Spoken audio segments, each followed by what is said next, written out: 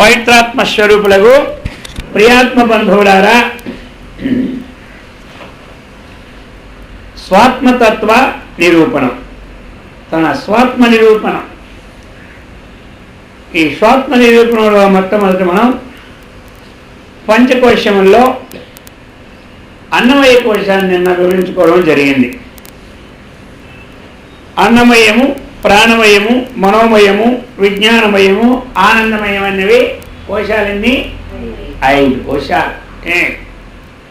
5 ఎక్కడెక్కడ ఉన్నాయి అంటే ఏ రాష్ట్రంలో ఏమున్నాయంటే ఏం చెబుతాం. అది ఎక్కడెక్కడ ఉన్నాయంటే అమెరికాలో అన్నమయ కోశం, లండన్లో మనోమయ కోశం అని చెప్తావా? చెప్పండి.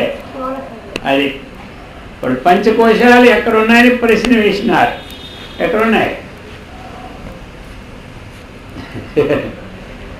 పంచకోశాలు? ఎక్కడ ఉంటాయి? ఈ గోడ దాటి అవతలు ఉంటాయంటారా, లేకపోతే మన రూపులో ఉంటాయంటారా? ఎక్కడున్నాయి?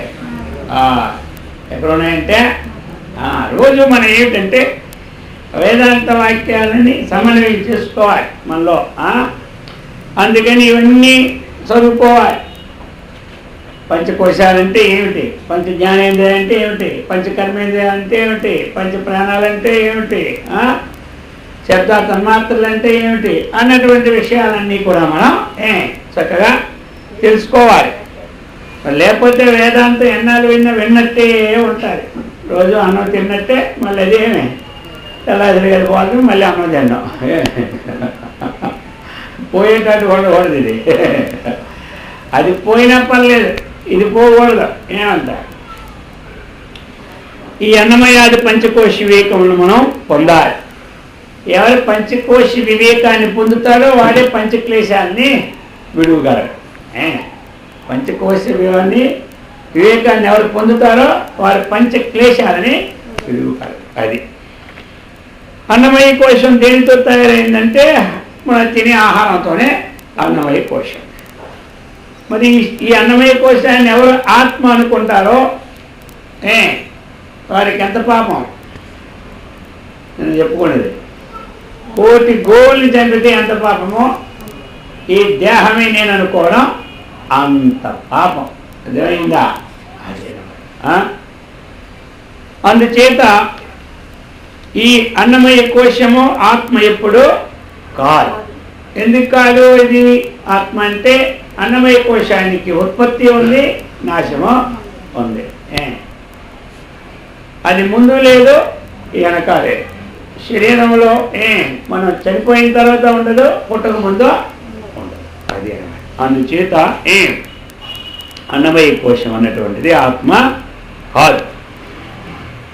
ఇక ప్రాణమయ కోశం చెప్తున్నారు. ప్రాణమయోయం వాయు విశేష వపుష్యవచ్చిన్న అస్య కథం ఆత్మా స్యాత్ క్షుతృష్ణాభ్యాముపేయుష పీడాం. ఇప్పుడు చెప్తూ ఉన్నారు మనకి ప్రాణమయం కోశం అది ఆత్మ అని కొంతమంది అంటారు. శరీరం అయితే పూర్ణ ఆత్మ కాదన్నారు. జడము వాయువు లోపల తిరుగుతూ ఉంటుంటే కదా శరీరం వల్ల మనం పనులు చేయగలము. అందుకని ప్రాణమయమే ఆత్మ. ప్రాణమే ప్రాణో బ్రహ్మేత్యుపాసీత. శాస్త్రంలో ప్రాణమయ కోశం ఆత్మ అన్నాం అనుకోండి, అది కూడా ఆత్మ కాదు అన్నటువంటి విషయం తెలుసుకోవాలి. అది వాయు విశేష. ఇదేమిటిది? వాయువు. వపుష్యవచ్చిన్న. ఈ శరీరమునందు వాయు విశేషంతో కూడి ఉన్నది. అస్య కథం ఆత్మా స్యాత్. ఇది ఎప్పుడు ఆత్మ ఎట్లా అవుతుంది? అది క్షుతు తృష్ణాభ్యాం ఉపేయుష పీడాం. ఎందుకు అంటే ఆత్మ అనే దానికి ఏ పీడ లేదు. ఈ ప్రాణవాయువు అనే దానికి పీడ ఉందన్నమాట. ఏం పీడ ఉందానికి? ఒకటి ఆకలి, 2 దప్పిక. ఆకలి ఒక పీడ, దప్పిక ఒక పీడ. అందుచేత ఇది ఆకలి దప్పులకి స్వాధీనమైపోయింది. అది ఆకలి దప్పులకు అతీతమైనటువంటిది ఉంది ఆత్మ. ఆత్మ అనేటువంటిది ఆకలి దప్పులకి అతీతమైనటువంటిది. ఇది ఆకలి దప్పులకి లీనమైనటువంటిది. ఆ ఆహారం మనం తీసుకోకుంటే ఏమవుతుంది? ప్రాణం పోతుంది. అర్థమైందా? అందుకని ఈ ప్రాణం అన్నటువంటిది క్రియ. లోపల ఏం చేస్తుంది? గాలి వదలడం, గాలి పీల్చుకోవడం. క్రియారహితమైనటువంటిది ఆత్మ. ఇది క్రియతో కూడింది, అది క్రియకి లేనిది. మరి క్రియాశూన్యము, ఇది క్రియావంతము. క్రియావంతము కలిగి క్రియాశూన్యముకు ఎప్పుడు ఇది ఆపోజిట్గా ఉన్నటువంటిది. అది ఎప్పుడు అందుచేత ఈ ప్రాణమయం అన్నటువంటిది ఆత్మ కాదు. ఆ ప్రాణమయమైన వృత్తి భేదాలతో 5 విధాలుగా శరీరం నడుస్తూ ఉన్నది. అది కూడా ఏమంటారు? ప్రాణం అనేది ఉచ్ఛ్వాస నిశ్వాస రూపంలో మనకి హృదయం అందుండి అది వస్తూ ఉంది. అపానవాయువు గుదస్థానంలో ఉంటుంది. వ్యాన సర్వశరీరక వ్యానవాయువు అంతటా వ్యాపించి మనం తినే ఆహారాన్ని అన్ని వైపులా పంపిస్తుంది. ఉదాహరణ కంఠదేశస్థ, ఉదాహరణ కంఠం నుండి ఈ పైకి రావాల్సినవి తీస్తుంటారు. కాబట్టి సమాన వాయువు నాభి ప్రదేశ, నాభిలో ఉంటుంది. అది ఈ విధంగా మనకి అవి విశేషాలు. కురుతే వపుష్యహం తాం గేహాదో ఎం యకరోతి మమతాంచ రాగద్వేష విధేయో నా అసౌవాత్మ మనోమయ కోశ. చెప్తున్నారు ఇప్పుడు శరీరమే మనస్సు మనోమయ కోశం చెప్తున్నారన్నమాట. అయితే ఇంకొంతమంది ఏమంటారంటే ఇంద్రియానా మనశ్చాస్మి భూతానాం అస్మి చేతన. ఇంద్రియంలో మనస్సు నేనేం చెప్పాడు కదా ఎవరు? భగవంతుడు. అలాగనే మరి మన ఇంద్రియం ద్వారా ఏ విషయాలను అయితే అనుభవిస్తూ ఉన్నామో ఆ విషయాల్లో మనస్సు అన్నటువంటిది కలిగిపోతే ఆ విషయాలు మనకి అర్థం కావు. ఇప్పుడు మన ఎదురుగానే ఉన్నాము, మన మనసు ఎక్కడ ఆలోచిస్తుంది, నేత్రం అదే చూస్తున్నాయి, ఎదురుగా మనిషి పోతూ ఉంటుంటాడు, వస్తూ ఉంటుంటాడు. ఆ తర్వాత గంట పోయిన తర్వాత ఆ మనిషికి మనం ఫోన్ చేసాం, ఏమయ్యా ఇవాళ నువ్వు కనపడలేదు, ఏం చేస్తున్నావు? ఇందాక మీ ఒపీనియన్ చెప్తుంటే అక్కడే నేను వచ్చిపోతున్నాను కదా, చూడలేదా అంటారు. వీడి మనసు ఎక్కడో ఉంది, ఎదురుగా మనుషులు కనబడిందా? మన మనసు ఎక్కడో ఉండేటప్పుడు ఎవరో కొంచెం వెంకటేశ్వర ప్రసాద్ ఇచ్చినారు, తినేసినారు, అన్నీ అయిపోయాయి. కానీ మనసు ఇక్కడ లేదు. ఆ తరువాత వెంకటేశ్వర స్వామి ప్రసాదం అందరికీ ఇస్తుంది, ఈయనకి ఇవ్వలే. ఎందుకంటే తినేశాడు, నాకెందుకు ఇవ్వలేదని అడుగుతున్నాడు. అందరికి ఇచ్చి నేనేం తప్పు చేశాను? ఇందాక మీకు ఇచ్చినాను కదా, తిన్నారు కదా అని తిన్నానా అంటారు. నోట్లు వేసుకోవడం అయిపోయింది, తినడం అయిపోయింది. ఇప్పుడేమో ఇక్కడ మనస్సు ఉందా? లేదు. మనస్సు లేకుండా ఉన్నటువంటి విషయం ఏంది మనకు అర్థమా కాదు. అందుచేత అయితే మనోమయమైతే మనస్సే ఆత్మ అని కొంతమంది అంటారు. సంకల్పం చేస్తారు, వికల్పం చేస్తారు. అందుచేత మనోమయ ఆత్మ అంటే అప్పుడు ఈ మనోమయ శరీరం అనేటువంటిది ఏమి ఆత్మ కాదని. ఎందుకు ఇది? ఇది శరీరమే నేను అన్నటువంటి శరీర తాదాత్మ్య అభిమానాన్ని కలిగి ఉంటాయి. ఏది? మనోమయ. ఈ శరీరమే నేను అన్నటువంటి శరీర తాదాత్మ్యాభిమానం దీనికి ఉంటుంది. ఇక మళ్ళీ ఏముంటుంది దీనికి? ఈ వస్తువులు ఎందు, ఇల్లు ఎందు, వాటి ఎందు ఇవి నావి అని ఒక మమతాభిమానం కలిగి ఉంటుంది. శరీరము నేను అనుకోవడం, అహంకారమైన తాదాత్మ్యం ఉంటుంది. ఇవి నాకు సంబంధం అనుకోవడం, మమతాభిమానమైన తాదాత్మ్యం ఉంటుందన్నమాట. ఈ రెండు ఎప్పుడున్నాయో అప్పుడు ఏమైపోయింది? రాగంతో యుక్తమవుతుంది. ఆ రెండు అనుకూలం లేనప్పుడు ద్వేషంతో యుక్తమవుతుంది. అందుకు రాగద్వేషాలతో కలిసి ఉండి ఈ మనోమయ కోశం అభివృద్ధి చెందుతూ ఉన్నాం. అందుచేత రాగద్వేష రహితమైనటువంటిది ఆత్మ. ఈ శరీరము కంటే మనస్సు కంటే విలక్షణమే సాక్షిభూతమైనటువంటిది ఆత్మ. కాబట్టి అన్నిట్లో ఉంటుంది, అన్నిటికీ నాది కాదు అని, నాకు సంబంధం లేదు అని కాదు, నాకు సంబంధం ఉన్నదని కాదు, సాక్షిభూతమైనటువంటి ఆత్మ ఉంటుంది. కాబట్టి అటువంటి విశేషాలకి మనస్సు అని ఎప్పుడు కూడా ఆత్మ. శుప్తో స్వయం విలీనా బోధే వ్యాప్తా కలేవరం సకలం విజ్ఞాన శబ్దవాచ్య చిత్ ప్రతిబింబో న బుద్ధిరప్యాత్మా. చెప్తున్నారు, శుప్తౌ స్వయం విలీనా బోధే. ఈ సుషుప్తి ఎందు ఏమి ఇప్పుడు చెప్తున్నారు, ఏమిటి మనకి? బుద్ధి అంటే విజ్ఞానమయం. విజ్ఞానమయం, విజ్ఞానమైనటువంటిది ఏమిటి? బుద్ధి. బుద్ధి ఆత్మ అని కొంతమంది అంటారు. మనస్సుకి సంకల్పమే కానీ ఒక నిశ్చయం దానికి లేదు. దానికంటే అధిగమించిన బుద్ధికి మాత్రం నిశ్చయం ఉంది. కాబట్టి ఆ నిశ్చయమైన బుద్ధి ఆత్మ అనొచ్చు. ఎందుకంటే ఏ పనైనా ఒక నిర్ణయం తీసుకొని ఆ నిర్ణయాన్ని అనుసరించుకొని మనస్సు వెళ్తుంది, కానీ దీని ఇష్టం వచ్చినట్టు చేయని మనస్సుకే లేదు. మనస్సుకే దీని ఇష్టం వచ్చినట్టు చేయడానికి లేదు. అది చెడు కానీ మంచి కానీ అర్థమైందా? చెడైనా నిర్ణయం చేస్తుంది, మంచి అయినా నిర్ణయం చేస్తుంది, రెండో నిర్ణయాన్ని చేస్తుంది. ఏది నిర్ణయం, ఇది చెడు ఇది మంచిది మనస్సుకి మాత్రం తెలియదు. ఏమంటారు? మనసుకి ఇదే తెలియదు. ఇంట్లో ఉన్న సేవకుడికి ఏం తెలుస్తుంది? యజమాని ఏం చెప్తే అదే చేస్తాడు. ఆ పని చెడా ఆ పని మంచి ఆయనకి అక్కర్లే, ఆయన సేవ చేయడం అంతే. ఇదైందా చేస్తాడంతే. అక్కడ తుడుస్తాడంతే. అది తీసుకొచ్చి చెత్త తీసుకు ఇంట్లో పెట్టాలని, బయట వేయకూడదు, ఇవాళ శుక్రవారం సాయంత్రం ఇంట్లో వేస్తామంటే ఇక్కడ పెడతాడు. అర్థమైందా? ఏమంటారు? అది లోపల పెట్టినా బయట పెట్టినా ఆయనకి చెడు మంచి ఆయనకి అవసరం లేదు. ఎందుకంటే యజమాని యొక్క నిర్ణయాన్ని ఆచరించడం ఆయనకి విశేషం. ఆ విధంగానే బుద్ధి కూడా ఏది నిర్ణయం తీసుకుంటుందో ఆ నిర్ణయం ప్రకారం మనస్సు ఏమవుతుంది? నడుచుకెళ్తాం. బుద్ధి అన్నటువంటిది మనకి ఏది నిర్ణయం తీసుకుంటుందో దాని ప్రకారంగా. కాబట్టి ఇప్పుడు మనసు తప్ప బుద్ధి తప్ప? ఏం తప్ప? ఏదైనా పని చేస్తే నీ బుద్ధి లేదురా అంటారు, కానీ నీ మనసు లేదా అంటారా?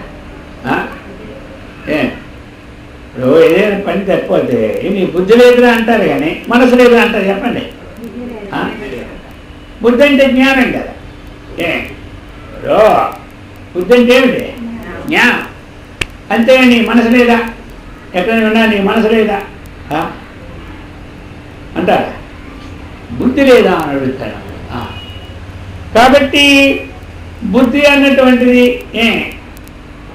అది చక్కగా నిశ్చయం చేస్తేనే మనస్సు అటు నడుస్తుంది, లేకపోతే నడవదు. నడైందా? అది అలా అంటే అది మనస్సుకి కొంత అధికారం. చేద్దామా మాందామని ఊహ, కానీ చేద్దామని నిశ్చయం మనసుకే లేదు. వెళ్దామా మాందామా, తిందామా తినకపోదామా, ఉందామా పోదామా ఇంతే దాని డ్యూటీ. ఇప్పుడు దాన్ని ఒక లైన్ బట్టి ఏమిటి? బుద్ధి. అందుచేత ఇప్పుడు బుద్ధే ఆత్మ అని కొంతమంది నిశ్చయం చేస్తారు. అయితే ఈ బుద్ధి కూడా సుషుప్తి కాలం నందు స్వయం విలీన, అదే స్వయంగా లయము పొందిపోతుంది. బోధే సకలం కలేవరం వ్యాప్త. ఆ బోధ జాగ్రత్త సకలం కలేవరం, సర్వదేహమంతా ఏమిటి? వ్యాప్తం. బుద్ధి మనకి ఏదైతే విజ్ఞానమయమో ఆ విజ్ఞానమైన బుద్ధి, ఆ నిశ్చయాత్మికాంతకరణ వృత్తి అనే బుద్ధి అదేమవుతుంది? సుషుప్తి ఎందుకు పూర్తిగా లయం.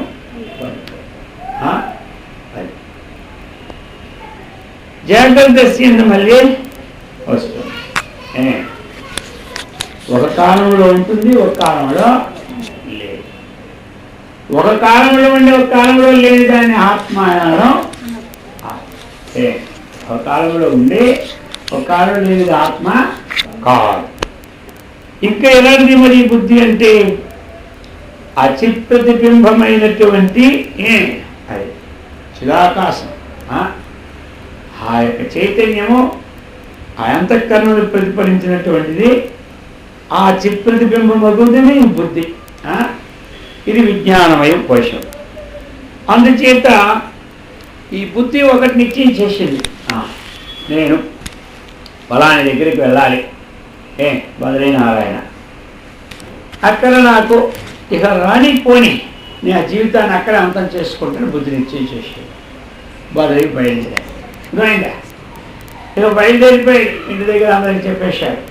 ఇంక నాకు మాత్రం అయిపోయింది. నిశ్చయం చేసుకొని వెళ్ళిపోయాడు. బద్రీ వెళ్ళాడు. 3 రోజులు ఉన్నాడు. ఇక ఆ చదివి తట్టుకోలేకపోయాడు.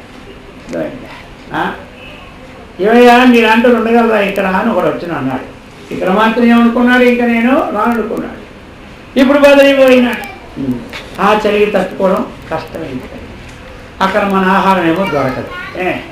ఈ అన్నం పప్పు అక్కడేమో ఉండదు. ఇప్పుడు ఎంత లేదు ఆశ్రమాలు పెట్టి కొంచెం అన్నబెడుతున్నారు. అక్కడ రొట్టెలు అనమాట. ఇక ఆ రొట్టెలు వీడు తినేసి వీడి శరీరం పడదా, ఉండలేకపోతున్నాడు. ఇప్పుడు ఏం చేస్తాడు మరి? ఇప్పుడు మళ్ళీ ఒక నిత్యానికి వస్తాడు. ఇక్కడ నిత్యం అయిపోయిందా, అక్కడికి వెళ్ళి నిశ్చయం. ఎందుకు ఈ తంటాలు పడ్డం? ఇంత ఋషికేశులో ఎందుకు ఉండడము? ఇంకా ఆంధ్రలో దిగిపోయి మంచి పని. అక్కడ మన సాంబార్ దొరుకుతుంది, రసం దొరుకుతుంది, కూర దొరుకుతుంది, అన్నం దొరుకుతుంది. ఎంత శైలి ఎందుకు? ఏదో ఒకటి ఆత్మతత్వం తెలుసుకోని పెద్దలు అంటారు. కానీ ఇక్కడ ఉంటే ఏమైంది? ఇక్కడ ఎన్నాళ్ళు ఉంటే ఏమి శైలిలో చేస్తే వస్తుందా పోతుందా రామరామని మళ్ళీ ఏం చేస్తాడు? వాళ్ళని అడుగుతాడు, ఏమండి ఎలాగ ఏమి సార్? అదేనే నువ్వు తీసుకుని మంచిదేని, ఇది ఎందుకు రావాలంటే ఇప్పుడు నిశ్చయమే అయిపోయిందా? అయిందా? ఇప్పుడు మనం ఆత్మతత్వం పొందాలి అంటే ఎక్కడైనా ఒక ఆశ్రమము, ఏదో మనం ఒక చెట్టు తప్పవనము నిశ్చయించుకుంటాం. అక్కడ మనకి ఏమిటి? ఎక్కడ వాతావరణం అనేది మనము అనుకూలం చేసుకోవాలి. కానీ వాతావరణం మనకు ఎప్పుడు అనుకూలంగా ఉండదు. ఏమంటారు? వాతావరణం గట్టి వర్షం వచ్చింది, ఇక మనం కూర్చోగలమా? దీనికి అనుకూలం లోపలికి వెళ్ళి మనం చెప్పుకోవాలి. అంతేగాని దాన్ని మనం ఏం చేయలేం.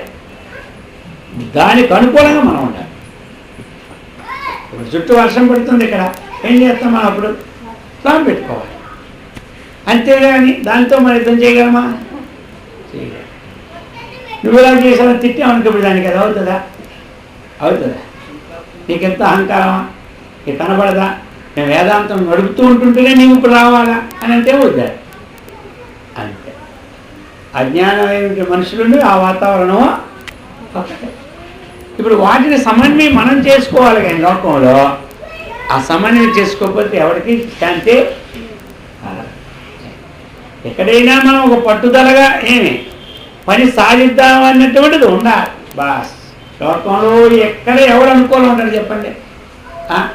ఉంటారా? మన ఇంట్లో వాళ్ళే ఉండరు. మనవడో పక్క మాట్లాడుతుంటే కూతురు ఒక్క మాట్లాడుతుంది, కొడుకు ఇంకో పక్క అయితే ఇంకేది వాళ్ళు ఇంకో పక్క మాటలు. ఇప్పుడు ఆ మధ్యలో ఉంటున్నావా పోతున్నావా? ఏం చేస్తాం? ఉంటున్నా? ఏమైనా ముక్తి ఉందా? ఏమైనా లాభం ఉందా? లాభం లేకుండా సర్దుకుంటున్నావా లేదా? అది అన్నమాట. అలాగని ఎక్కడ ఏ వాతావరణం మనం వెళ్ళిపోయినా, ఏ ఆశ్రమంలో ఉన్నా, అర్థమైందా? మనం సర్దుకోవడం నేర్చుకోవాలి. ఏం నేర్చుకోవాలి? ఇప్పుడు హాస్పిటల్కి వెళ్తారు, అన్ని మంచాలు వరవాసే పెడతారు. అయిందా? ఓట్లున్నోడు లెక్క వేసుకోకండి. వాడి స్పెషల్ రూమ్ తీసుకొని రోజు 10,000 కడుతుంటాడు. మనం అక్కడ మరి 10 మంది ఉన్నాడు, మనం సర్దుకుంటున్నా లేదా? ఎలా బతుకుతామో ఎక్కడో మంచం ఉంటే ఇచ్చిస్తే చాలులే మొత్తం మీద అనిపిస్తుంది. కానీ 4 రోజులు పోయిన తర్వాత తెలుస్తుంది ఈ మంచం ఆ మంచం. ఎలాగని ఈ మంచం అని తెలుస్తుంది? ఈ మంచాన్ని చూస్తారా? ఏదో మంచం మొత్తమే. డాక్టర్ గారు మీ చేతిలో పడ్డాను అంతే చాలు. నాకు కిందనిచ్చినా పర్లేదు, బెదరిచ్చినా పర్లేదు. 10 రోజులు అయిపోయింది ఆ పక్క ఈ పక్క చూసి అప్పుడు ఏదో వ్యాఖ్యానం పెడతాడు కానీ అర్థమైందా? అందుకని వ్యాఖ్యలు ఏమైనా ఎలా సర్దుకుంటారు చెప్పండి? ఎందుకు సర్దుకుంటున్నాము? ఆరోగ్యం బాగుపడాలి. ఆసుపత్రిలో అంత చెడు వాసనగా ఉన్నా ఏదో ఆలువిరి దగ్గుతూ ఉంటున్నా, ఎన్ని తుమ్ముతూ ఉంటున్నా చచ్చపడి ఉంటున్నావా లేదా? ఎందుకుంటున్నా మరి? దేనికోసం? ఈ వెధవ శరీరం బాగుండాలని. అర్థమైందా? మరి శరీరాన్ని నడిపించే ఆత్మతత్వమైనటువంటి హాస్పిటల్లో కూడా మనం ఉన్నామంటే అంతకన్నా నరకమా? ఆసుపత్రిలో ఉన్న కన్నా నరకం ఉంటుందా? అందుకని మనం బాగుపడాలా అనుకున్నాము అంటే ఎక్కడైనా మనం సర్దుకుంటాం, మనం సర్దుకోవాలి. ఎక్కడ ఎవరి మాట ఎవరింటారు చెప్పండి? ఎవరు వింటే ఈ పార్టీలు ఎందుకు? ఒకే పార్టీ కదా, భారతదేశం పుట్టిందండి ఏమంటారా? అందుకోసం ఏమిటి అంటే మనము తత్వాన్ని ముఖ్యమేదో అది మెయిన్ పెట్టుకోవాలి. అది పెట్టుకొని పోవాలి, అప్పుడే మనం తత్వాన్ని పొందగలం. ఎక్కడైనా పొందండి. మరి ఇంట్లో ఎంతమంది ఎంత సహనశక్తి ఉంటారు, ఏమి పట్టించుకోరు. ఎక్కడైనా సర్దుకొని వెళ్ళిపోతుంటారు. అదే అన్నీ పట్టించుకున్నాడా వాడికి అశాంతే. ఈ తెల్లారి నుంచి సాయంకాలం అన్ని తీర్పులు, జడ్జిమెంట్లే. ఇప్పుడు మనం ఏ కోశంలో ఉన్నట్టు ఇదంతా అన్నమయ కోశంలో ఉన్నావా? ఇదంతా ప్రాణమయ కోశమా? ఇది మనోమయ కోశం, విజ్ఞానమయ కోశమా? ఇందులోనే తిరుగుతున్నాం మనం. ఈ 4 కోశాలు తిరిగేసరికి సరిపోతుంది. ఇంకా 5వ కోశంకి వెళ్ళేది ఎప్పుడు? ఇంకా అందుచేత జ్ఞానమయ కోశం అనేటువంటిది మనం ఒక నిశ్చయానికి రావాలి. ఆ నిశ్చయం అనేది వేదాంతం బాగా పట్టుబడాలి. నిశ్చయం సామాన్యంగా రాదు. ఏమంటారు? నిశ్చయం అన్నటువంటిది, ఒక త్యాగం అన్నటువంటిది వేదాంతం వంట పెట్టి తాను కర్తవ్యం ఎంతేనే వస్తాయి. ఏదైనా త్యాగం చేయాలంటే త్యాగం వస్తుందా? చచ్చినా నభూతో నభవిష్యత్తు రాదు. ఏమంటారు?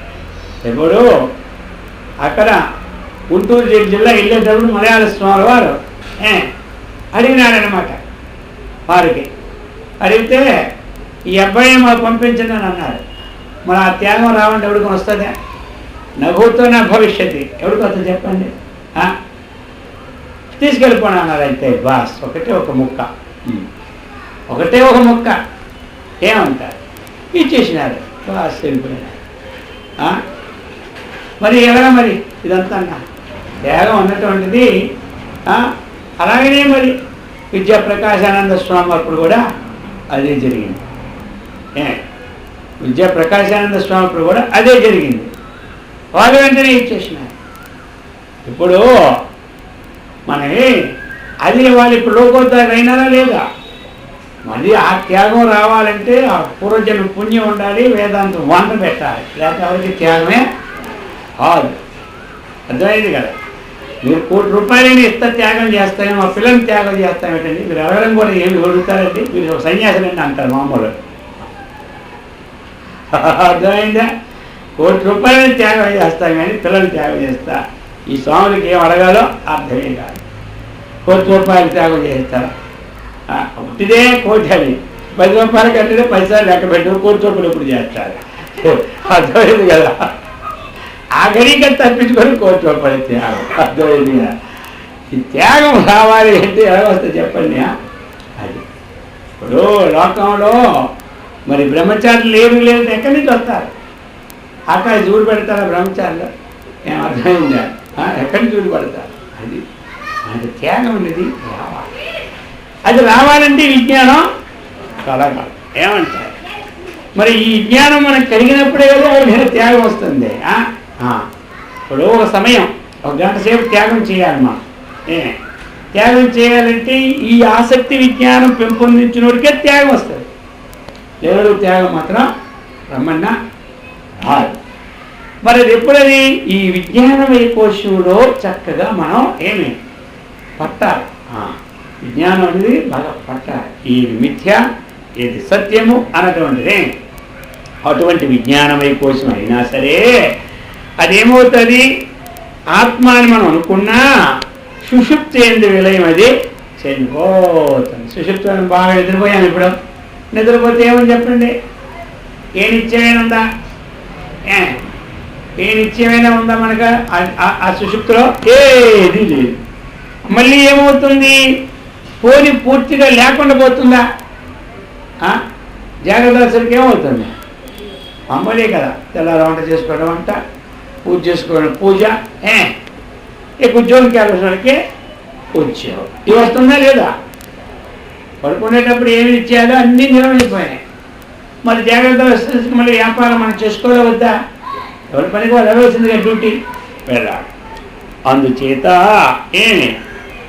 ఈ విజ్ఞానమయ కోశము కూడా ఒక సమయంలో వికారరహితంగా ఉంటుంది, ఇంకొక సమయంలో వికార సహితంగా ఉంటుంది. అందుచేత ఇది కూడా ఆత్మ కాదు అది చెబుతున్నారు.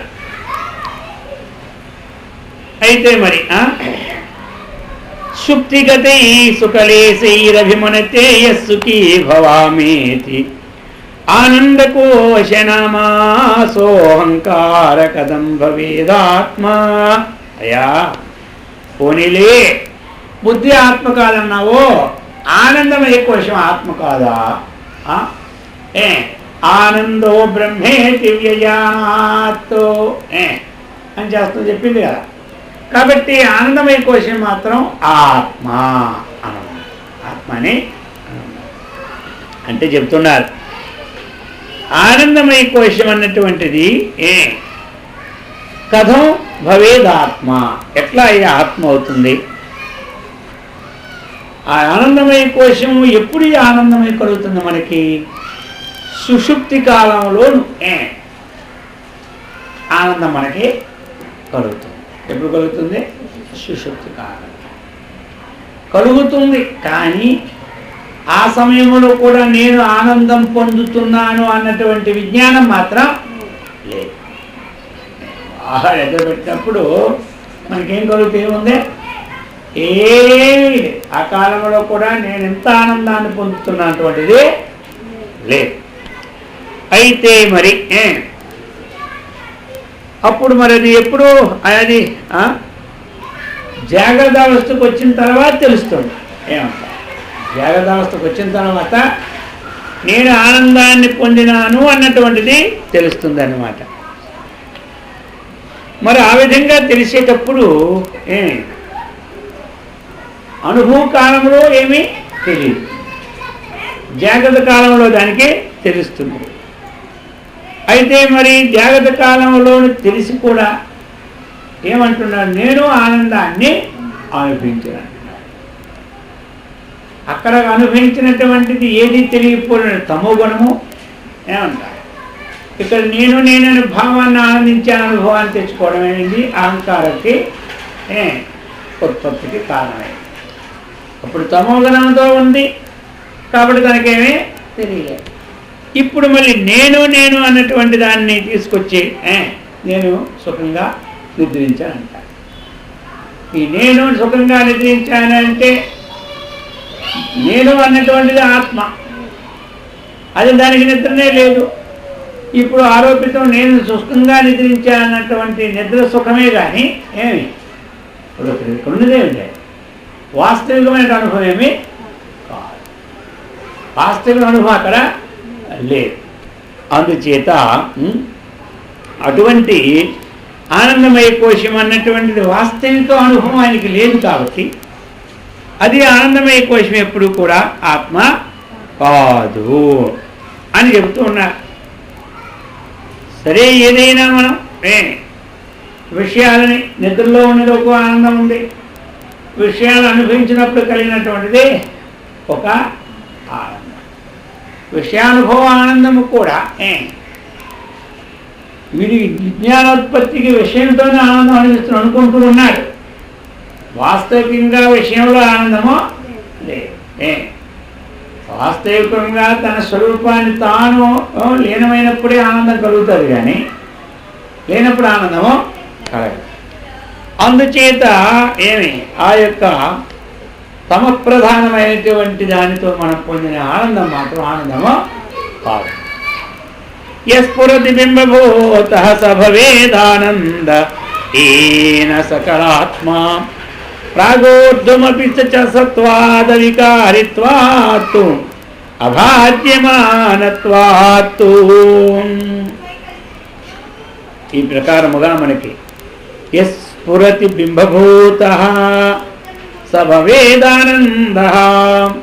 చిత్ ప్రతిబింబము ఏమన్నారు మనం ఇంతకుముందు? బుద్ధి, అది విజ్ఞానమయ కోశం. ఈ బింబరూపంలోనే మనకి స్ఫురిస్తుంది కానీ ఆనందము శరీరానికి మనకి ఉత్పత్తికి పూర్వం కానీ తర్వాత వినాశానికి తర్వాత కూడా ఆనందానికి ఉనికి ఉంది. ఆనందానికి ఉనికి శరీరానికి ఉత్పత్తికి పూర్వం ఉంది, వినాశానికి తర్వాత కూడా ఉంది. మరి రెండు ముందు ఉంది, అది ఉనికి దానికి అప్పుడు ఉంది. కానీ ఇప్పుడే మనం దీంతో సంబంధమైన ఆనందం ఏది చెప్పుకుంటున్నామో, ఈ ఆనందం అనేటువంటిది తమోగుణ ప్రవృత్తే కానీ ఈ ఆనందము అన్నటువంటిది మనం పుట్టక ముందు ఉంది, పుట్టిన తర్వాత కూడా ఉంది. ఆ ఏది ఉత్పత్తి నాశములు రెండును లేవో, ఆ ఉత్పత్తి నాశములకు సంబంధం లేకుండా అంతటా వ్యాపించినటువంటి ఏ ఆనంద స్వరూపం ఉన్నదో అది ఆత్మ. కానీ ఈ యొక్క శరీరానికి సంబంధమైన అవచ్ఛేదం కూడింతో దానితో ఉన్నటువంటి ఆత్మకే లేదు, అది చెప్తున్నారు. అని ఈ విధంగా అన్నమయాది కోశములన్నీ కూడా ఏమి మనకి ఆనందం అనేది, అది బ్రహ్మ అనేది కాదు. అన్నమయము కాదు, ఇంకా ప్రాణమయము కాదు, మనోమయము కాదు, విజ్ఞానమయము కాదు, ఆనందమయము ఆత్మ కాదు. ఏది కూడా ఆత్మ కాదు. అందుచేత అయితే మరి కాకపోతే అన్నమయాదే అస్మాత్తు అనరం యది నానుభూయతే కించితో అనుభవితాన్నమయాదేరస్తిత్యస్మిన్ స కశ్చిద పలాపః చిత్తపలాపః. ఇప్పుడు మనకి ఈ అన్నమయాది కోశముల కంటే భిన్నముగా ఆత్మ ఉన్నదని మనం అనుకుంటున్నాం. కానీ అది మాత్రం మనకి గోచరం అవుతుందా? గోచరం కాదు. మరి గోచరం కాకపోయినా ఇప్పుడు ఈ అన్నిటికీ మనం తెలుసుకుంటున్నాం కదా. అన్నమయం లేదు కానీ తెలుసుకుంటున్నాం, ఈ పంచకోశాలు లేదు కానీ తెలుసుకుంటున్నాం. మరి తెలుసుకుంటున్నాము అంటే ఏది బుద్ధి విజ్ఞానం అది నేను కాదు తెలుసుకుంటున్నాం కదా.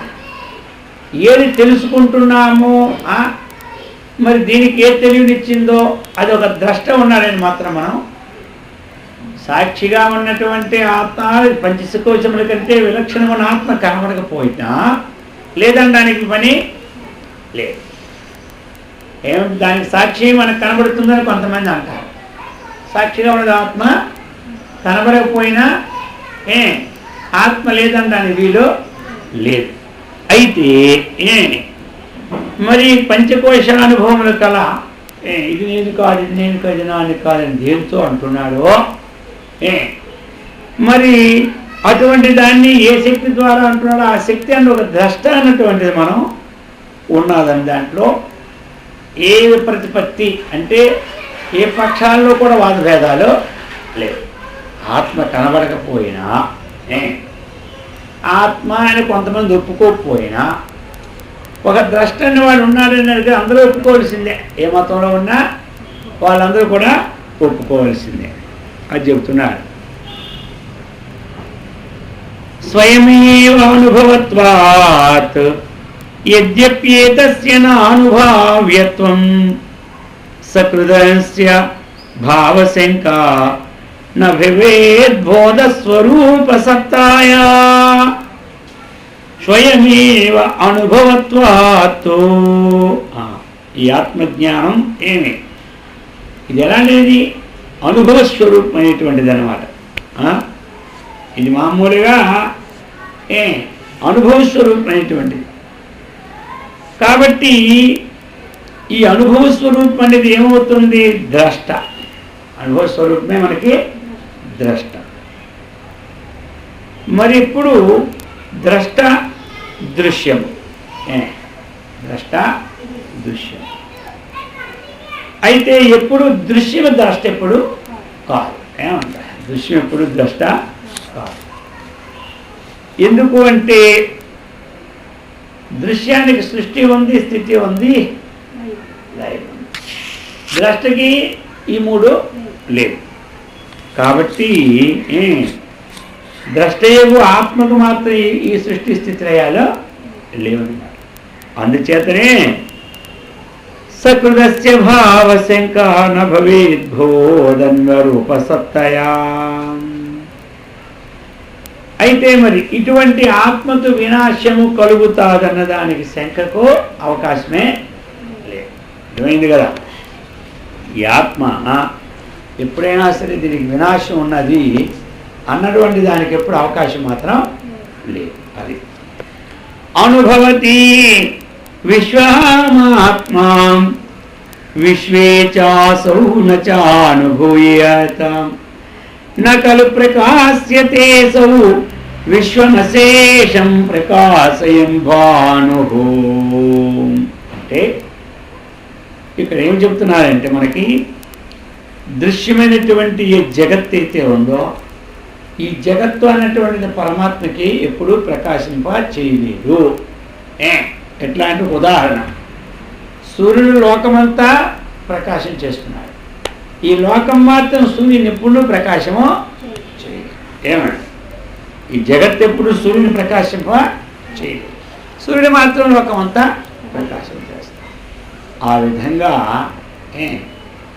మరి ఆత్మ జగత్తుని ప్రకాశింప చేస్తారు. ఆత్మ జగత్తుని, జగత్తు మాత్రం ఆత్మ ఎప్పుడు ప్రకాశింప చేయలేదు. తదిదం తాదృశమీదృశం ఏతావత్తానదితి చేయన్న భవేత్తు బ్రహ్మ తదిత్యవధేయం నో చేద్విషయో భవేత్ పరోక్షంచ.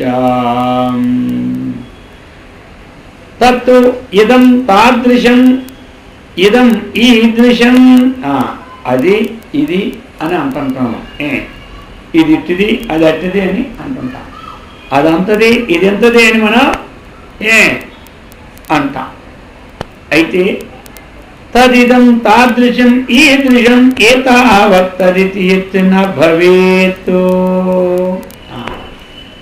ఈ బ్రహ్మ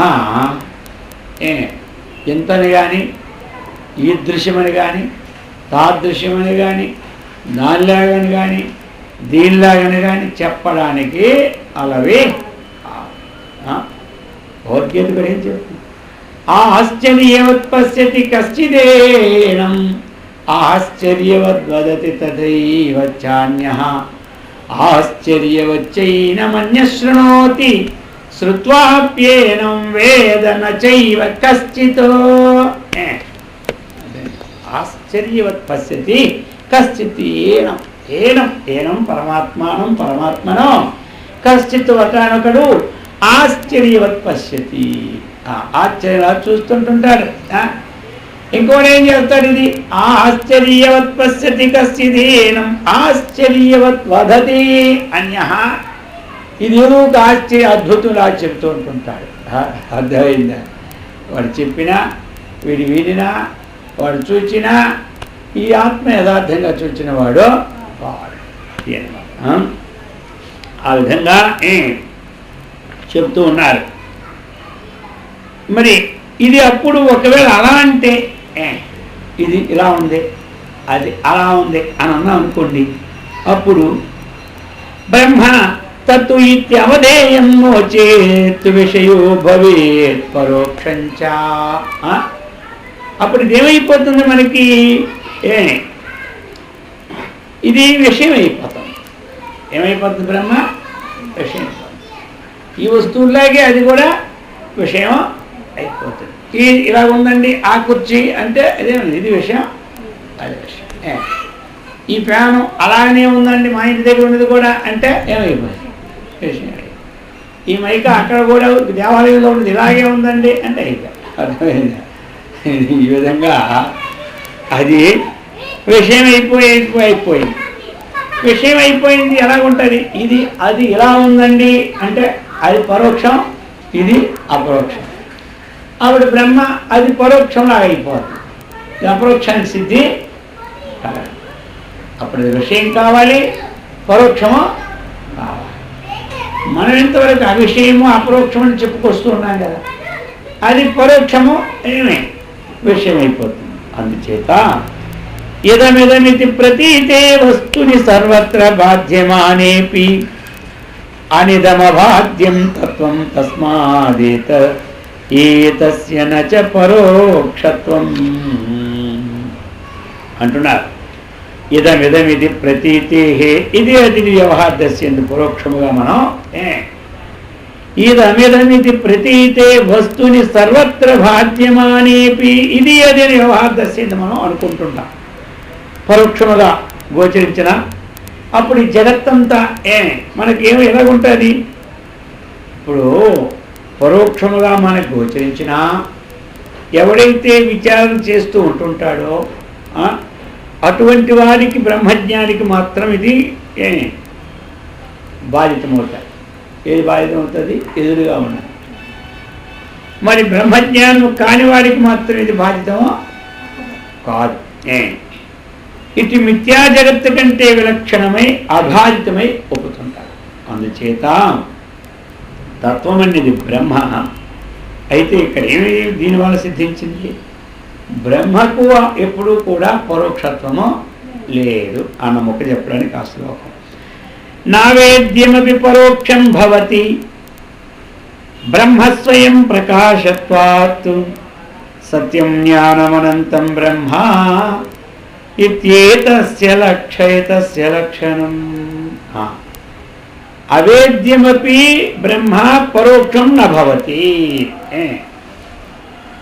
అవేద్యమపి అంటే తనకు తెలియనప్పటికీ, తనకే తెలియనప్పటికీ. వేద్యం అంటే తెలియడం, వేద్యం అంటే తెలియడం.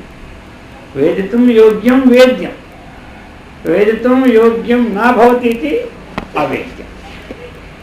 అవేద్యం తెలియనప్పటికీ బ్రహ్మ పరోక్షం నభవతి, పరోక్షము కాదు.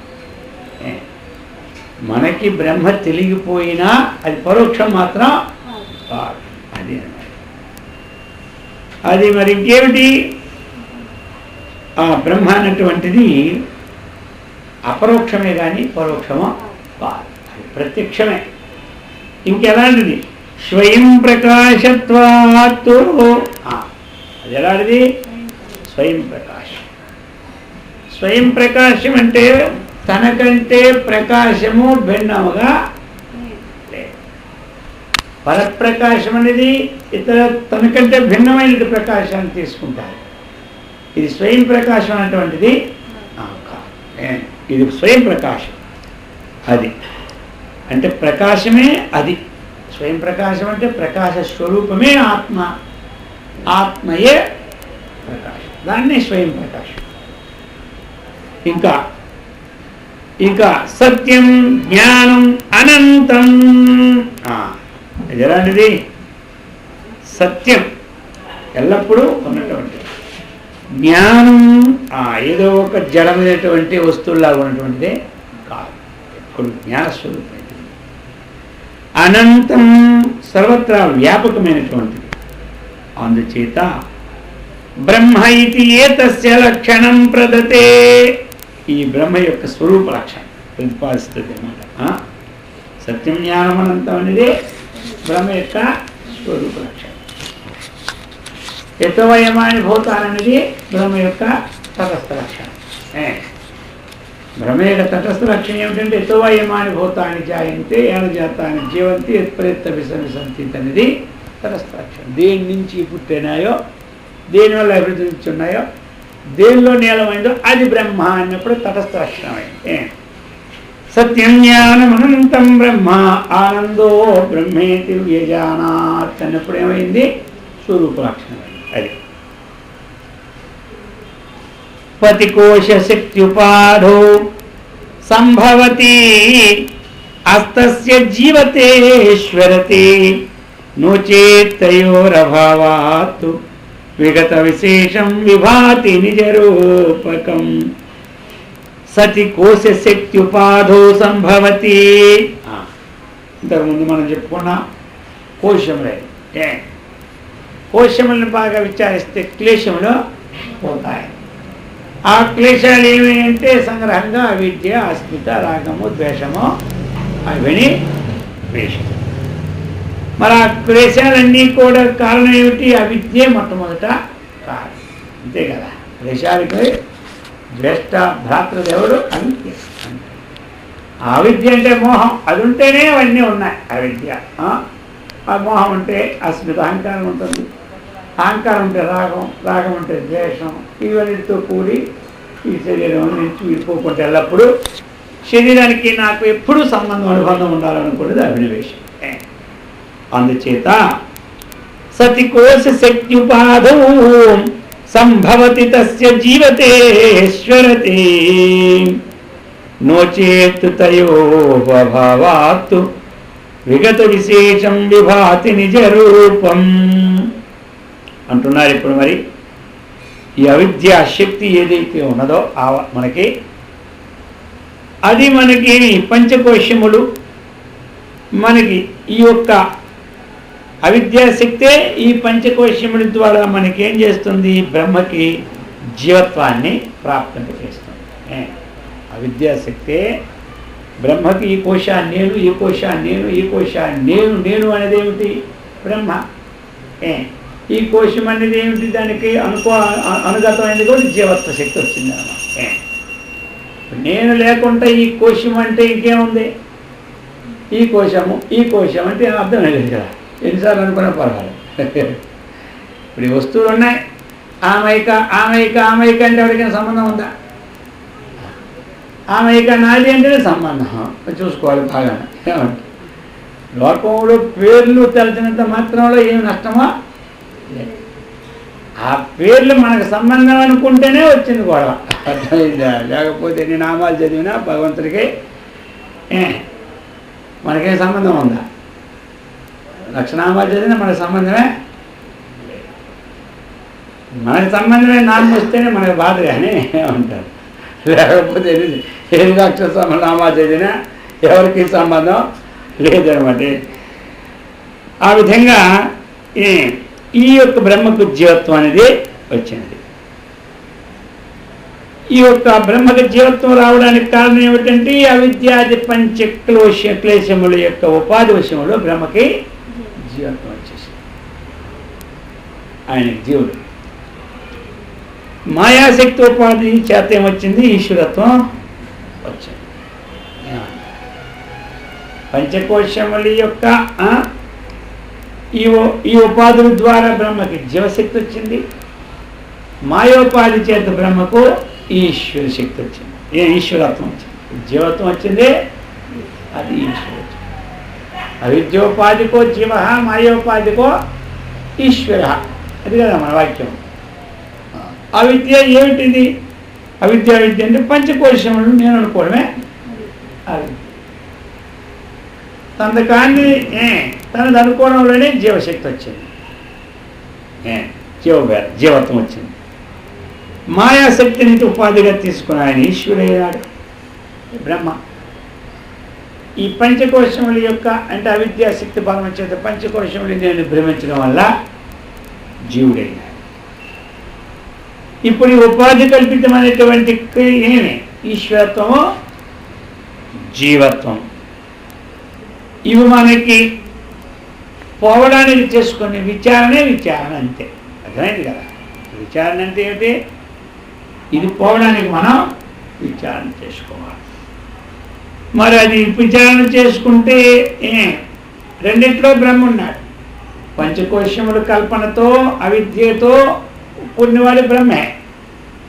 ఈ మాయోపాధితో కూడినవాడు బ్రహ్మే. బ్రహ్మలో ఏ భేదమో లేదు. కాబట్టి విచారణ చేస్తే ఈ రెండు తొలగిపోతాయి. విచారణ చేస్తే తొలగిపోతాయి.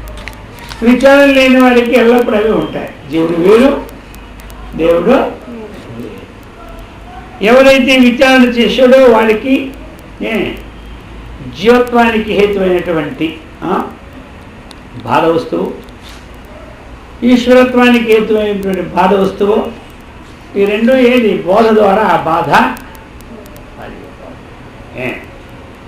ఆ బాధతోనైతే అందులో ఉన్నవాడి బ్రహ్మ ఒకడే అన్నటువంటిది. అందుచేత చిన్మాత్ర రూపం అప్పుడు స్వస్వరూపమునే ఏమవుతాడు, భాసన ఉంటుంది. వాటి రెండింటికి బాధ్యమానం అయిపోతే జీవత్వం ఈశ్వరత్వం బాధ్యమానం అయిపోయింది, ఉన్నదేమిటి బ్రహ్మే. మరి దానికే కదా దత్తమసి మహావాక్యం అని చెప్పుకోవడం. దీనికోసం, దానికోసం సతి సకల దృశ్య బాధే నకిమప్యస్తి లోక సిద్ధం చేత్ ఎన్న కిమపీతి సిద్ధం బ్రహ్మ తదేవేతి వేదత స్థిరం. సకల దృశ్య బాధే సతి, ఈ సకలమైనటువంటి దృశ్య ప్రపంచం బాధ కలుగుతూ ఉన్నదా? బాధ కలగచ్చు అంటే ఏమిటి? ఈ దృశ్యం తన్నశ్యం అన్నటువంటి ప్రతీతి కలుగుతూ ఉండడమే వాటికి బాధ కలుగుతుంది. సకల దృశ్య బాధే సతి కిమపి నాస్తి లోక సిద్ధం.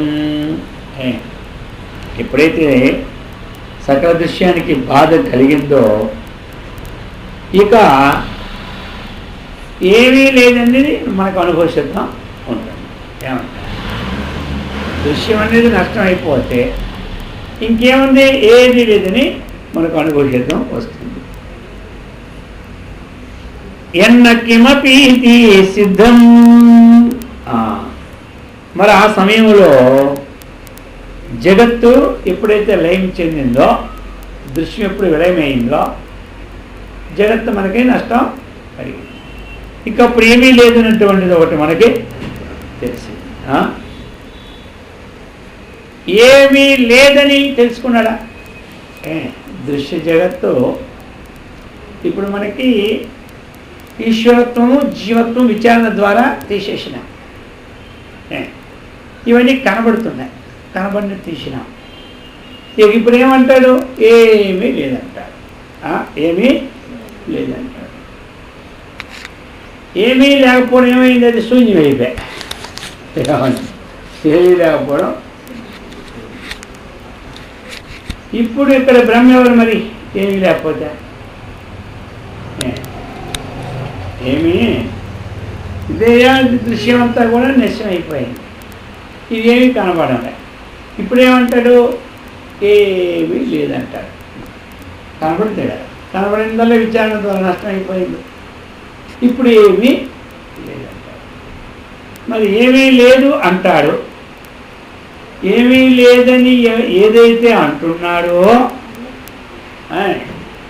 ఏమీ లేదని ఎవరంటున్నారు? ఏమీ లేదని అదే బ్రహ్మ.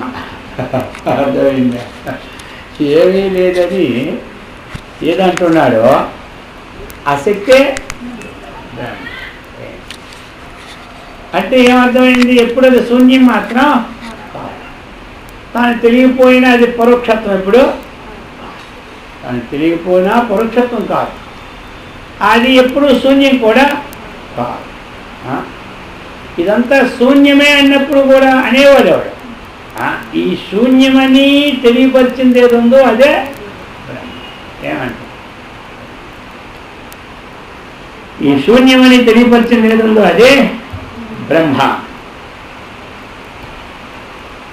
ఏవం అతి ఏవం మతిరహితానాం తత్వమసీత్యాది వాక్యచింతనయా ప్రతిభాత్యేష పరోక్షవత్వాత్మా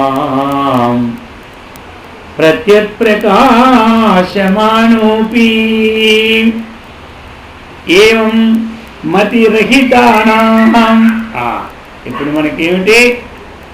తత్వమసీత్యాది వాక్య చింతనయా. మరి ఇప్పుడు మనకి ఇదంతా లేనిది ఈశ్వరత్వము జీవత్వము అనేది లేనిది అంటే అది ఇంకొక వాక్యం ద్వారా సిద్ధి కలిగేది కాదు. ఏదైతే పంచకోశముల ద్వారాగా అవిద్యామూలకముగా ఈ పంచకోశముల ద్వారా అవిద్యామూలకంగా ఇది నేను అనుకుంటున్నాడో అనుకున్నాడు జీవత్వం అనుకున్నా. మరి ఈ జీవత్వం అన్నటువంటిది ఇది కాదు అన్నటువంటి దాన్ని మనకి చూపెట్టాలంటే ఇంకొక వాక్యం ఏమి అర్థమైందా? ఆ వాక్యం ఏమిటది? తత్వమసి మహావాక్యం. ఆ వాక్య చింతనయా తత్వమసి వాక్యాన్ని చింతన ద్వారా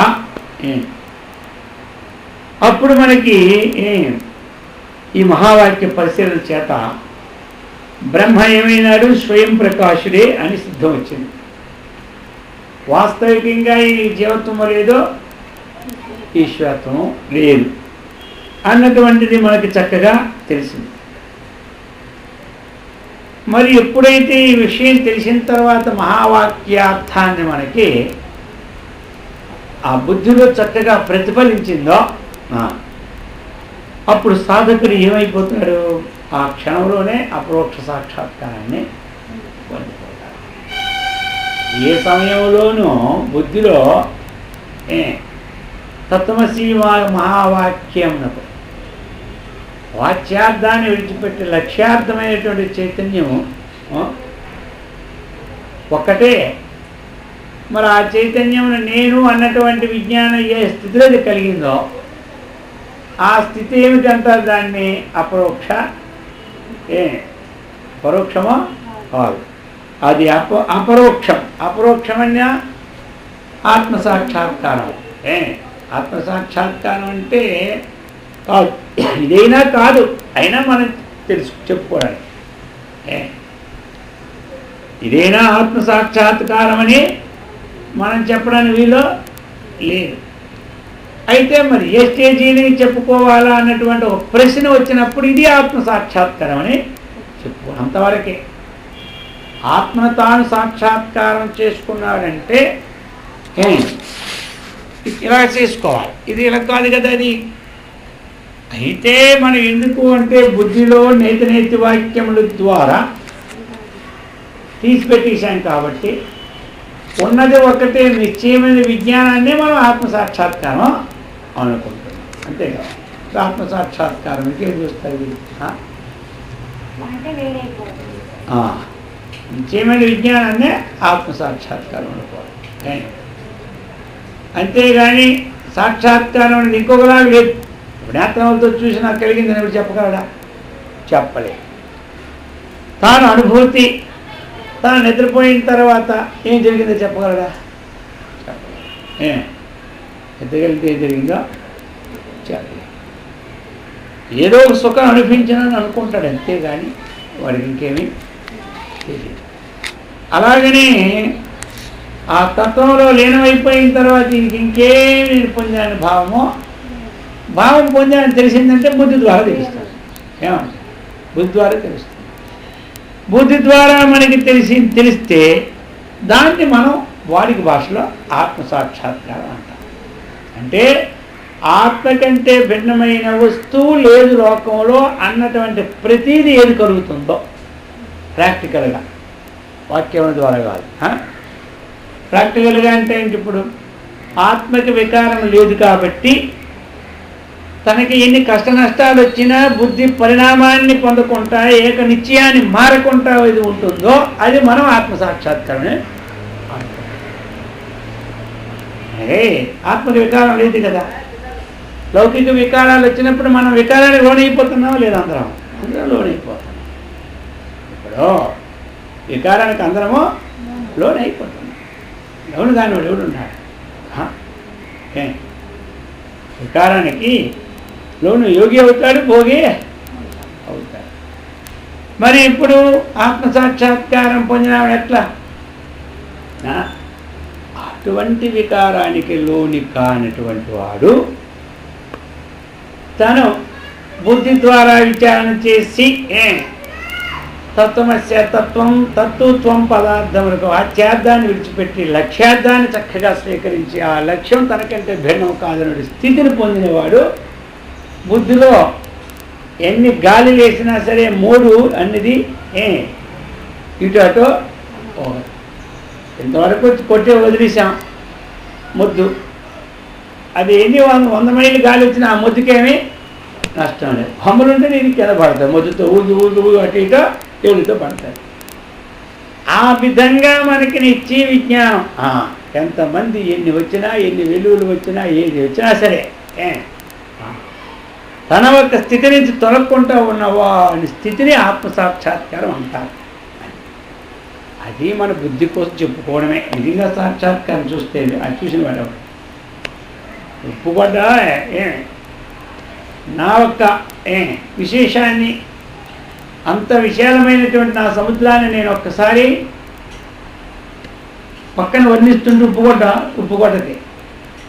అది విన్నారట. దానికి అంతకుముందు తెలియదు. దేనికి?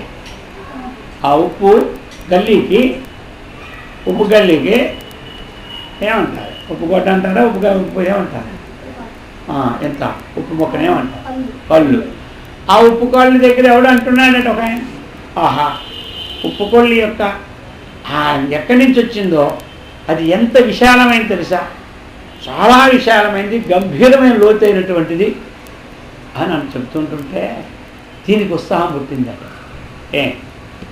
అది ఎంత ప్రభావం, నేను ఎక్కడి నుంచి వచ్చానో అది అంత ప్రభావం అయితే ఒక్కసారి నేను చూసి వస్తాను అటువంటి దానికని చెప్పి ప్యాంటరీ కింద దిగిందాక. ఏమిటి?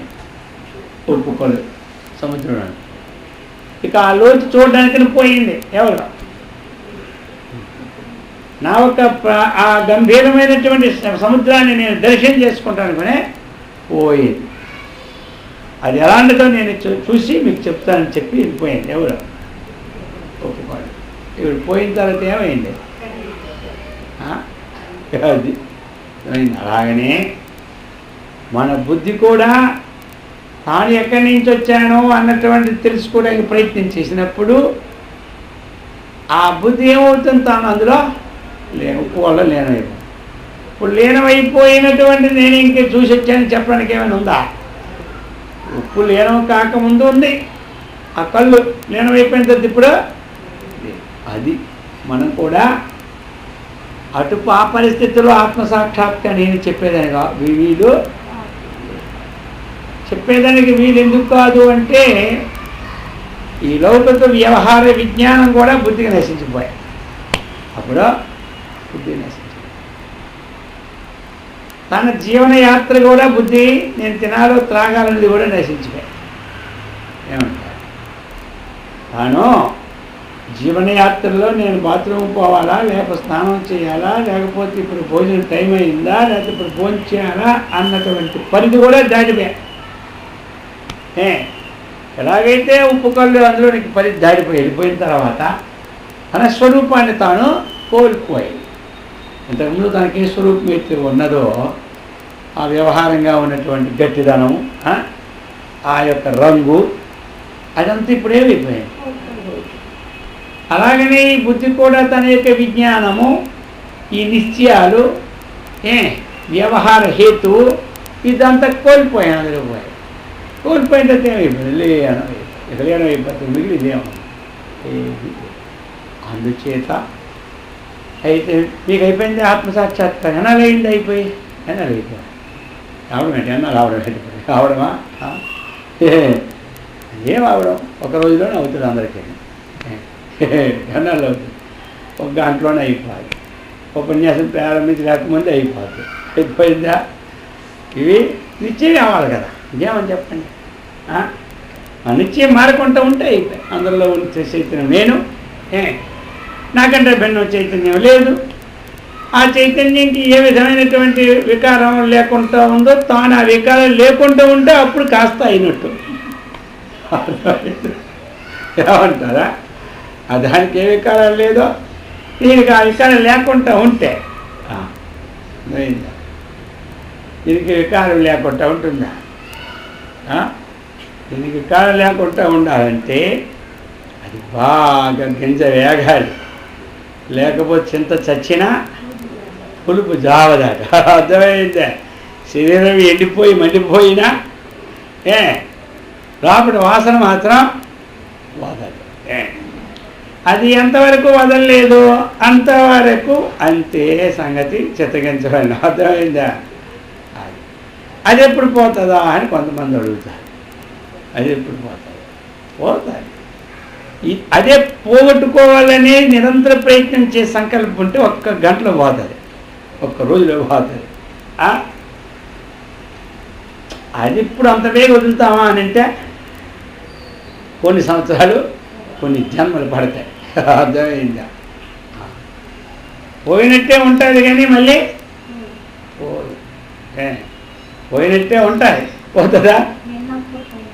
అయితే ఎన్నప్పుడు పోయినట్టు ఉంటుంది, మళ్ళీ తిన్నప్పుడు మామూలే. ఏమంటారు? అది విన్నప్పుడు అంతా పోయినట్టే ఉంటుంటాయి. అవసరం లేదు అనుకుంటా అన్నీ, కానీ అవసరం వస్తే కర్ర కూడా పట్టుకొని వెళ్తాం. అర్థమైందా? నాకేం సంబంధం లేదంటాడు. అర్థమైందా? ఏదేం పోయినా నాకేమంటాడు. అవసరం అయితే కర్ర కొట్టుకొని యుద్ధానికి వెళ్తాడు. అర్థమైందా? కాబట్టి ఏమిటి అంటే దాన్ని అలాగా మనం అందుకే కొంత సాధన అనేది ఎక్కువ చేసుకుంటున్నాం. వ్యవహారాలు తగ్గించుకోవాలి. సాధన వ్యవహారం ఉంటూనే ఉంటుంటాయి. శరీరం ఎంతవరకు ఉంటుందని ఎవడో నమ్మకం చెప్పండి? ఎవ్వరికి నమ్మకం. బ్రహ్మదేవుడికో నమ్మకం ఎప్పుడు పోతుంది. నమ్మకం. అందుకని మన సాధన ఏ పని చేసుకుంటూ వదలకూడదు. ఏ పని చేసినా ఆ సాధన అనేది వదలకూడదు. ఎందుకంటే అంత ఇది ఉంది శరీరానికి. ఒక క్షణం మంద కాదు. అర్థమైంది? రాత్రి 9 గంటలకి ఎలా ఉంటే ఎవరైనా గ్యారంటీ ఇస్తారా? ఇంకా గ్యారంటీ లేని జీవనానికి ఇవన్నీ గ్యారంటీ పట్టుకొని ఆడడం మనం అది ఏంటంటే కాని పని చేయడం అన్నమాట. ఒకరు అనుకుంటారు కదా, కాని పని చేస్తున్నాం అనుకుంటారు. ఇది అయిన పైన ఇది మనకేంటి జ్ఞానికి ఇది అది చేయొద్దా? చేయకుండా వదిలిపెడతామా? ఊరికి అక్కడ నుండి వస్తువులు పట్టుకుపోతుడు కొనడానికి ఆ వస్తువుని కాపాడే బాధ్యత మందే ఉంది, దాన్ని సంరక్షించే బాధ్యత మందే ఉంది. అయితే మనం మాత్రం ఏమిటి ఈ తత్వాన్ని వదలకూడదు. తత్వ జిజ్ఞాసలు ఎల్లప్పుడూ మనం ఉంటూనే ఉంటుండాలి. అది ఒక గ్యారంటీ ఇస్తే మనకు అక్కర్లేదు ఇంత తాపత్రయం. అర్థమైందా? ఓళ్ళే 40 ఏళ్ళు 30 ఏళ్ళు బాగా కష్టపడి పని చేసుకొని అవన్నీ విడిచిపెట్టి అప్పుడు మూల కూర్చుందామంటే ఎవరు ఇప్పుడు చూస్తున్నాం లోకంలో ఈ చిన్నానికి కనబడి మళ్ళీ ఇతనికి కనబడమే. అందుకని మనకి ఈ తత్వాన్వేషణ తత్పరత అన్నటువంటిది ఉండవలసిందే. అది చెప్తున్నారు. ఈ విధంగా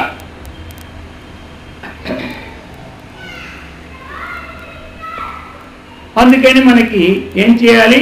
అటువంటి తత్వమసి మహావాక్యాన్ని మనం తెలుసుకోవాలి. అర్థమైంది కదా? అటువంటి తత్వమసి ఇంతకు ముందు కూడా అనేసార్లు తెలుసుకున్నారు. అయినా సరే ప్రకరణం వచ్చింది కాబట్టి రేపు ఈ తత్వమసి మహావాక్యాన్ని ఇంకొకసారి విచారణ చేద్దాం. అందుకని ఆ ప్రకారంగా అందరం అటువంటి జీవబ్రహ్మైక్య విచారణకి యోగ్యమైనటువంటి తత్వమస్యాదిని మనకు నిష్ట కలిగినట్లు సత్కర్మనిష్ట భగవద్భక్తి ఆత్మజ్ఞాన సంపత్తిని పొంది బ్రహ్మానందంతో మనం అందరం విరాజినట్లు ఆ గురుదేవులు శ్రీకృష్ణ పరమాత్మ అందరికీ సదా రక్షించుగాక. ఓం సహనాభవతు సహనౌ భునక్తు సహ వీర్యం కరవావహై తేజస్వినావధీతమస్తు మా విద్విషావహై. ఓం శాంతి శాంతి